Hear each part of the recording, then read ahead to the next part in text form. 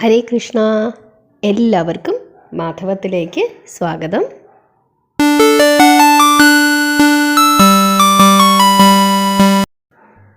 പഞ്ചമിയാണ്. പഞ്ചമി തിഥി തുടങ്ങുന്നത് 27-ാം തീയതി, അതായത് ഇന്ന് വൈകുന്നേരം 4:53 മുതൽ നാളെ മെയ് 28-ാം തീയതി 3:24 വരെയാണ് വൈകുന്നേരം. ഇവിടെ അടുത്ത് തിരുവനന്തപുരത്ത് പേട്ട ആനേറ ഭാഗത്തേക്ക് പോകുന്ന വഴിക്ക് പഞ്ചമി ദേവിയുടെ ക്ഷേത്രമുണ്ട്. അവിടെ നാളത്തെ ദിവസമാണ് പഞ്ചമി ഉത്സവമായി ആഘോഷിക്കുന്നത്. എല്ലാ പഞ്ചമിക്കും അവിടെ വലിയ വിശേഷമാണ്. ഒരുപാട് ഭക്തജനങ്ങൾ എത്താറുണ്ട്. ഞാൻ അവിടെ പോകുമ്പോൾ നാളത്തെ ദിവസമാണ് അവിടെ പഞ്ചമിയായിട്ട് ആചരിക്കുന്നത്. നമുക്ക് ഇന്ന് രാത്രിയും നാളെയും ദേവിയെ പ്രാർത്ഥിക്കാം. രാത്രിയുടെ ദേവതയാണ് പഞ്ചമി ദേവി എന്നാണ് വിശ്വസിക്കുന്നത്. അതുകൊണ്ട് തന്നെ നമുക്ക് രാത്രിയിൽ പ്രാർത്ഥിക്കാം. അതുകൂടാതെ നാളത്തെ ദിവസം വെളുപ്പിനെ, അതായത് ഒരു 5 മണി, 4:30, 5 മണി, 6 മണി ആ സമയത്ത് നമ്മൾ ദേവിയെ പ്രാർത്ഥിച്ചാൽ വലിയ ഫലമാണ്. പ്രത്യേകിച്ച് ചൊവ്വാഴ്ചയും വെള്ളിയാഴ്ചയും ഒക്കെ പഞ്ചമി ദേവിക്ക് വഴിപാട് സമർപ്പിച്ച് പ്രാർത്ഥിക്കുന്നത് വലിയ വിശേഷമാണ്. ഇവിടെ ഈ ക്ഷേത്രത്തിൽ ധാരാളം ഭക്തജനങ്ങളാണ് വന്ന് നെയ്ദീപം കത്തിക്കുന്നത്. അവരുടെ അനുഭവങ്ങൾ കേട്ടാൽ തന്നെ നമുക്ക് അത്ഭുതം തോന്നും. ഇത്രയും ദേവി അനുഗ്രഹിക്കുന്നുണ്ടല്ലോ അവരെയൊക്കെ. അവരുടെ പ്രാർത്ഥന എത്ര പെട്ടെന്നാണ് ദേവി സാധിച്ചു കൊടുക്കുന്നത് എന്ന് മനസ്സിലാക്കാനായിട്ട് പറ്റും. അഭൂതപൂർവമായ തിരക്കാണ് ഓരോ ദിവസങ്ങളും. എല്ലാ ദിവസങ്ങളും തിരക്കാണ്. പ്രത്യേകിച്ച് പഞ്ചമി ഒന്നും നമുക്ക് പറയുകയേ വേണ്ട, അത്രയ്ക്ക് തിരക്കാണ്.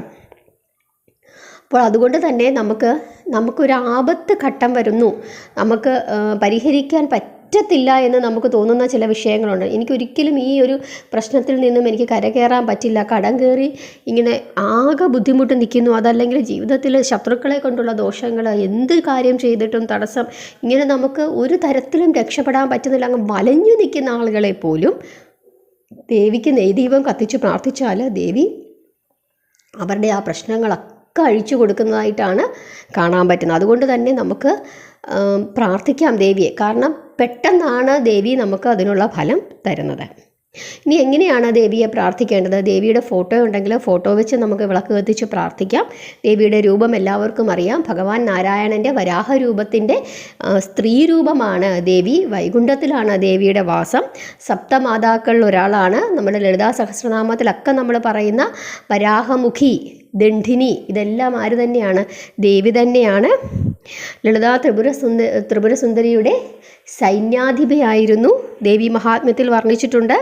രക്തബീജനെ വധിക്കുന്ന സമയത്ത് ദേവി തൻ്റെ ശരീരത്തിൽ നിന്നും 7 ദേവതകളെ, 7 മാതാക്കളെ തൻ്റെ ശരീരത്തിൽ നിന്നും ഉത്ഭവിപ്പിച്ചു എന്നാണ് പറയുന്നത്. അതിലൊന്നാണ് വരാഹി ദേവി. അതുകൊണ്ട് തന്നെ വലിയ വിശേഷമാണ് ദേവിയെ പ്രാർത്ഥിക്കുന്നത്, പ്രത്യേകിച്ച് ഈ കലിയുഗത്തിൽ. ഇനി ദേവിയെ നമുക്ക് പ്രാർത്ഥിക്കാൻ പറ്റുന്ന, നമുക്കിപ്പോൾ ഒരു പ്രശ്നം, ഒരു വിഷയം നമ്മളിപ്പോൾ ആലോചിക്കും, പല പ്രശ്നങ്ങളും നമുക്കാണ്. അതിലേതെങ്കിലും ഒരു ക്രൂഷ്യലായിട്ടുള്ളൊരു വിഷയം നിങ്ങൾ എടുത്തിട്ട് അത് നിങ്ങൾക്ക് ജീവിതത്തിൽ നിങ്ങളെ ബുദ്ധിമുട്ടിക്കുന്നു, ഭയങ്കരമായി ബുദ്ധിമുട്ടിക്കുന്നെങ്കിൽ നിങ്ങൾ എന്ത് ചെയ്യുക?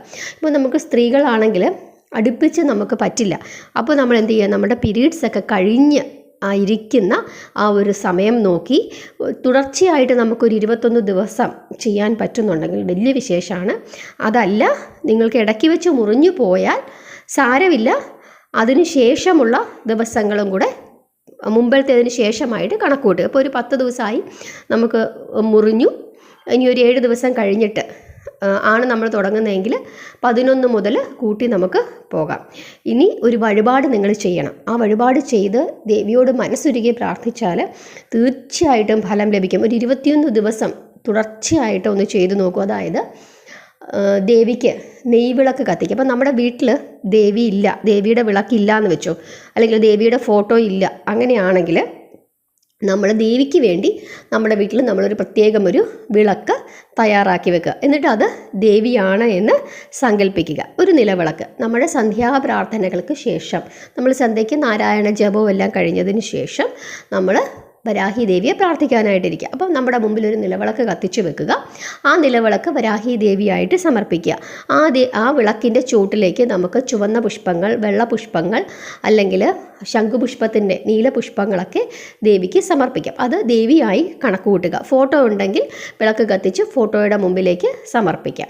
അതിനുശേഷം നമ്മുടെ എല്ലാ വീടുകളിലും, എല്ലാ മലയാളികളുടെയും വീട്ടിൽ തേങ്ങ കാണും. അപ്പോൾ എന്താ ചെയ്യേണ്ടത്? ഒരു തേങ്ങ എടുത്ത് രണ്ടായിട്ട് തേങ്ങ പൊട്ടിക്കുക. എന്നിട്ട് ഈ 2 തേങ്ങാമുറിയിലും നെയ്യ് ഒഴിക്കുക. നെയ്യ് ഒഴിച്ചതിന് ശേഷം 5 പൊട്ടുകൾ, അതായത് മഞ്ഞൾ ആദ്യം കൊണ്ട് ഈ തേങ്ങാമുറിയിൽ 5 നമ്മൾ തിരിയിടുമല്ലോ, 5 വശത്തേക്കും തിരിയിടുമല്ലോ, ആ തിരിയിടുന്ന ഭാഗത്ത് 5 മഞ്ഞൾ കൊണ്ട് പൊട്ട് തൊടുക ആദ്യം. അതിനുശേഷം അതിൻ്റെ പുറത്ത് നമ്മുടെ സിന്ദൂരം കൊണ്ട് പൊട്ട് തൊടുക. അങ്ങനെ 5 പൊട്ടുകൾ നമ്മൾ ഈ തേങ്ങയുടെ തിരിയിടുന്ന ഭാഗത്ത് തൊടുക. അതിനുശേഷം ആ ഭാഗത്തേക്കായിട്ട് 5 തിരിയിടുക. 5 തിരിയിട്ട് ഈ 2 തേങ്ങാമുറിയും ഒരു തട്ടത്തിനകത്ത് കുറച്ച് പച്ചരി എടുത്തിട്ട് ആ പച്ചരിയുടെ മുകളിലേക്ക് നമ്മൾ ഈ 2 തേങ്ങാമുറിയും വെച്ച് നെയ്യ് ഒഴിച്ച് തിരി കത്തിക്കുക. അങ്ങനെ 2 തേങ്ങാമുറിയിലും കൂടെ 10 തിരിയായി. അതിനുശേഷം നമ്മുടെ വരാഹി ദേവിയുടെ ഫോട്ടോ ഉണ്ടെങ്കിൽ ദേവിക്ക് 3 തവണ ആരതി ചെയ്യുക. അതല്ലെങ്കിൽ വിളക്കിനെ 3 തവണ ആരതി ചെയ്യുക. അതിനുശേഷം നമ്മൾ വിളക്കിൻ്റെ താഴെയായിട്ട്, നമ്മുടെ നിലവിളക്കിൻ്റെ താഴെയായിട്ട് നമ്മുടെ ഈ തട്ടവും തേങ്ങാമുറിയോടുള്ള ദീപവും കൂടെ വെക്കുക. അതിനുശേഷം ഓം വരാഹി നമ, അതല്ലെങ്കിൽ നമുക്കറിയാവുന്ന വരാഹി ദേവിയുടെ നാമങ്ങൾ, നമ്മൾ ഇതിനകത്ത് തന്നെ പലതവണ പല നാമങ്ങൾ പറഞ്ഞിട്ടുണ്ട്. ഏതെങ്കിലും നാമങ്ങൾ നമ്മൾ എന്ത് ചെയ്യുക? 108 തവണ ജപിക്കുക. എന്നിട്ട് ഒരാവശ്യം, നിങ്ങളുടെ ഏറ്റവും ക്രൂഷ്യലായിട്ടുള്ള ഒരാവശ്യം ദേവിയോട് പറഞ്ഞ് പ്രാർത്ഥിക്കുക. അങ്ങനെ പ്രാർത്ഥിച്ചാൽ തീർച്ചയായിട്ടും നമ്മുടെ മനസ്സ് നൊന്നാണ് നമ്മൾ ദേവിയെ ആശ്രയിച്ച് നമ്മൾ പ്രാർത്ഥിക്കുകയാണെങ്കിൽ, എന്നിട്ട് പ്രാർത്ഥിച്ചിട്ട് പറയുക, ദേവി ഇതാണ് എൻ്റെ വലിയ പ്രശ്നമാണ്, അവിടുന്ന് എനിക്കതിനൊരു പരിഹാരം ചെയ്തു തരണം എന്ന് പറഞ്ഞ് പ്രാർത്ഥിച്ച് നിങ്ങൾക്ക് ആ ആഗ്രഹം സാധിച്ചു കിട്ടുകയാണെങ്കിൽ നിങ്ങൾക്ക് ഈ തിരുവനന്തപുരത്തുള്ള ഈ ക്ഷേത്രത്തിൽ വന്ന് നിങ്ങൾക്ക് പറ്റുന്നെങ്കിൽ ദേവിക്ക് എന്ത് ചെയ്യുക? ഒരു നന്ദി സമർപ്പിച്ച് നമുക്ക് യഥാശക്തി വഴിപാടുകൾ ദേവിക്ക് കൊടുക്കാം. കാരണം നമ്മുടെ അത്രയും വലിയൊരു ക്രൂഷ്യൽ സിറ്റുവേഷനിൽ നമ്മൾ രക്ഷിച്ചതല്ലേ. അപ്പോൾ നമുക്ക് ആ വഴിപാട് സമർപ്പിക്കാം. ഇനി വരാൻ പറ്റുന്നില്ലെങ്കിൽ പോലും എപ്പോഴെങ്കിലും വരാമെന്ന് കരുതിയെങ്കിലും ദേവിക്ക് വേണ്ടി കുറച്ച് നാണയങ്ങളെടുത്ത് ഒരു പട്ടിൽ പൊതിഞ്ഞ് ആ വിളക്കിൻ്റെ മുമ്പിലെങ്കിലും വെച്ചിട്ട് എന്തെങ്കിലും അവിടെ വരുമ്പോൾ അത് കാണിക്കയായിട്ട് സമർപ്പിക്കാം എന്ന രീതിയിലെങ്കിലും നിങ്ങളതൊന്ന് വെച്ച് മാറ്റി വെക്കുക. കാരണം ചിലപ്പോൾ നമ്മൾ ദൂരെയുള്ളവരായിരിക്കും, നമ്മുടെ ആഗ്രഹം സാധിച്ചു, പക്ഷേ പെട്ടെന്ന് നമുക്ക് ഓടി ഇവിടെ എത്താൻ പറ്റില്ല. അപ്പോൾ ദേവിക്ക് അതൊക്കെ അറിയാം. അപ്പോൾ ദേവിക്ക് വരാൻ പറ്റുന്ന സമയത്ത് കൊടുക്കാനായിട്ട് കുറച്ച് പണമെടുത്ത് മാറ്റി വെക്കുക, ഒരു കിഴിയിൽ കെട്ടി. കാരണം ഒന്ന് കാണിക്ക ഇടാൻ വേണ്ടിയിട്ടെങ്കിലും അതൊന്ന് മാറ്റി വെച്ച് കഴിയുമ്പോൾ അത് കാണുമ്പോൾ നമ്മൾ എങ്ങനെയെങ്കിലും സമയമുണ്ടാക്കി ദേവിയെ ഒന്ന് വന്ന് കണ്ടു തൊഴും. അതിന് വേണ്ടിയിട്ടാണ് അങ്ങനെ ചെയ്യുന്നത്. അല്ലാതെ വലിയ വലിയ കാര്യങ്ങളൊന്നും ദേവിക്ക് വേണ്ട. നിങ്ങളുടെ സ്നേഹം മാത്രം മതി, ഭക്തി മാത്രം മതി. ദേവിയെ മനസ്സ് നൊന്ത് ഈ രീതിയിലൊന്ന് വിളിച്ച് പ്രാർത്ഥിക്കൂ. അതല്ലെങ്കിൽ ആഴ്ചയിൽ ഒരു വിളക്ക്, ഒരു വെള്ളിയാഴ്ച, എല്ലാ വെള്ളിയാഴ്ചയും ഓരോ വിളക്ക്. അതിൽ അശുദ്ധിയുള്ള ദിവസങ്ങൾ മുടങ്ങിയാലും സാരമില്ല, മുമ്പോട്ട് പോകാൻ അങ്ങനെ ഒരു 11 വിളക്ക് അല്ലെങ്കിൽ മാസത്തിൽ 1 വെച്ചിട്ട് എങ്ങനെയാണെങ്കിലും, അല്ലെങ്കിൽ എല്ലാ ചൊവ്വയും വെള്ളിയും ഓരോ വിളക്ക് അടുപ്പിച്ച് കത്തിക്കാൻ പറ്റുന്നെങ്കിൽ വലിയ വിശേഷമാണ്. അങ്ങനെ ഒന്ന് കത്തിച്ചൊന്ന് പ്രാർത്ഥിച്ച് നോക്കൂ. തീർച്ചയായിട്ടും ദേവി നമ്മളെ എല്ലാവരെയും അനുഗ്രഹിക്കും. കാരണം ക്ഷിപ്രപ്രസാദിനിയാണ്, അതുപോലെ തന്നെ ക്ഷിപ്രകോപിയുമാണ്. ദേവിക്ക് ഏറ്റവും ഇഷ്ടമുള്ളത് എന്താണ്? മാതള നാരങ്ങ ദേവിക്ക് സമർപ്പിക്കാം, അതുപോലെ തന്നെ മഞ്ഞൾ ദേവിക്ക് സമർപ്പിക്കാം, പച്ചമഞ്ഞൾ, അതുപോലെ മധുരക്കിഴങ്ങ് ദേവിക്ക് വലിയ ഇഷ്ടമാണ്. പുഴുങ്ങി വേണമെങ്കിൽ പുഴുങ്ങി, അതല്ലെങ്കിൽ പച്ചയ്ക്ക് നമുക്ക് സമർപ്പിക്കാം. അതിനുശേഷം നമുക്ക് ഈ മധുരക്കിഴങ്ങ് പുഴുങ്ങി നമുക്ക് കഴിക്കാം. ഈ തേങ്ങാമുറി നിങ്ങൾ എണ്ണ ചേർത്ത് നമ്മൾ നെയ്യൊഴിച്ച് കത്തിക്കുന്ന തേങ്ങാമുറി ഉണ്ടല്ലോ, ആ തേങ്ങാമുറി നിങ്ങൾക്ക് കൂട്ടാൻ വെക്കാനായിട്ട് എടുക്കാം. പക്ഷേ ഒരിക്കലും നോൺ വെജ് ഭക്ഷണം ഉണ്ടാക്കാനായിട്ട് ഉപയോഗിക്കരുത്. വെജിറ്റേറിയൻ ഭക്ഷണങ്ങൾ ഉണ്ടാക്കാനായിട്ട് നമുക്ക് ഉപയോഗിക്കാം. അത് കളയൊന്നും വേണ്ട, നമുക്കത് ഉപയോഗിക്കാം. അങ്ങനെ ചെയ്യാം. പിന്നെ അരിയാണേലും നമുക്ക് വീണ്ടും വീണ്ടും ഉപയോഗിക്കാം. നമ്മളെടുത്ത് കെട്ടി മാറ്റി വെച്ചാൽ മതി, പിറ്റേ ദിവസം നമുക്ക് ആ അരി തന്നെ ഉപയോഗിക്കാം. പൊട്ടിയതൊന്നും ഉപയോഗിക്കരുത്. ഈ അരി മോശമാകുന്നു എന്ന് തോന്നുമ്പം അപ്പോൾ നിങ്ങളത് ഒന്നുകിൽ അത് ഉറുമ്പുകൾക്കോ അങ്ങനെ എന്തെങ്കിലും കൊടുക്കുക, അതല്ലെങ്കിൽ ഒഴുകുന്ന വെള്ളത്തിൽ ഒഴുക്കി കളയുക, അതല്ലെങ്കിൽ പായസം വെച്ച് കഴിക്കാൻ പറ്റുന്ന ഭാഗമാണെങ്കിൽ പായസം വെച്ച് നിങ്ങൾ ഉപയോഗിച്ചോളൂ. അതൊന്നും ദോഷമില്ല. കാരണം ദേവിക്കുള്ള നൈവേദ്യമാണ്. നോൺ വെജിറ്റേറിയൻ്റെ കൂടെ ഉപയോഗിക്കരുത്. ഇതാണ് ചെയ്യേണ്ടത്. വലിയ പ്രശ്നങ്ങളാണ്, നമുക്ക് പറ്റുന്നില്ല, ആത്മഹത്യയുടെ വക്കിലൊക്കെ നിൽക്കുന്നു, അല്ലെങ്കിൽ വലിയ ദുരിതത്തിൽ നിൽക്കുകയാണെങ്കിൽ ആ ഒരു 21 ദിവസം നിങ്ങൾ വ്രതമെടുത്ത് ദേവിയെ പ്രാർത്ഥിക്കൂ. തീർച്ചയായിട്ടും ദേവി അനുഗ്രഹിക്കും. അപ്പോൾ ഈ കാര്യങ്ങളൊക്കെ മനസ്സിൽ വെക്കുക.